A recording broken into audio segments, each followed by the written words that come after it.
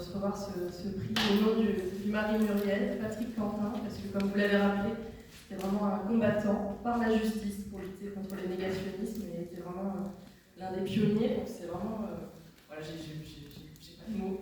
Je suis vraiment très honorée de poursuivre à mon modeste niveau ce combat. Parce que c'est vrai qu'en ce moment, on nous demande, j'ai l'impression de choisir un camp, mais je pense qu'il n'y a qu'un seul camp, c'est celui de la lutte contre le racisme, contre l'antisémitisme et contre le négationnisme. Voilà, il y a un seul camp.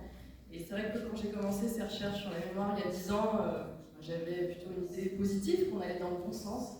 Malheureusement, ces derniers mois nous ont prouvé que ce n'était pas vraiment le cas et que le combat continue en fait. J'aimerais bien ne pas avoir à écrire ces livres. Ça voudrait dire qu'il n'y a pas de problème en fait, que les gens, voilà, c'est rentré dans l'esprit des gens ce qui s'est passé au cours de la Seconde Guerre mondiale. Mais malheureusement, il faut continuer. Et ce que j'essaie de faire avec mon travail, c'est de montrer qu'il n'y a pas aussi de sujet tabou. Un de mes derniers livres parle de l'épuration, c'est un sujet difficile, mais il faut en parler aussi. Je parle de la Shoah, je parle de la résistance, enfin voilà, tous les sujets, il faut les aborder.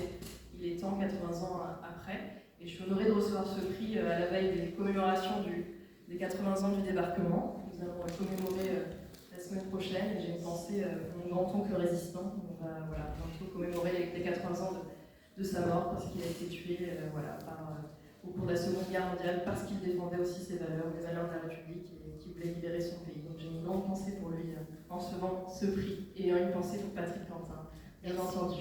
Merci à tous. Merci. Bravo.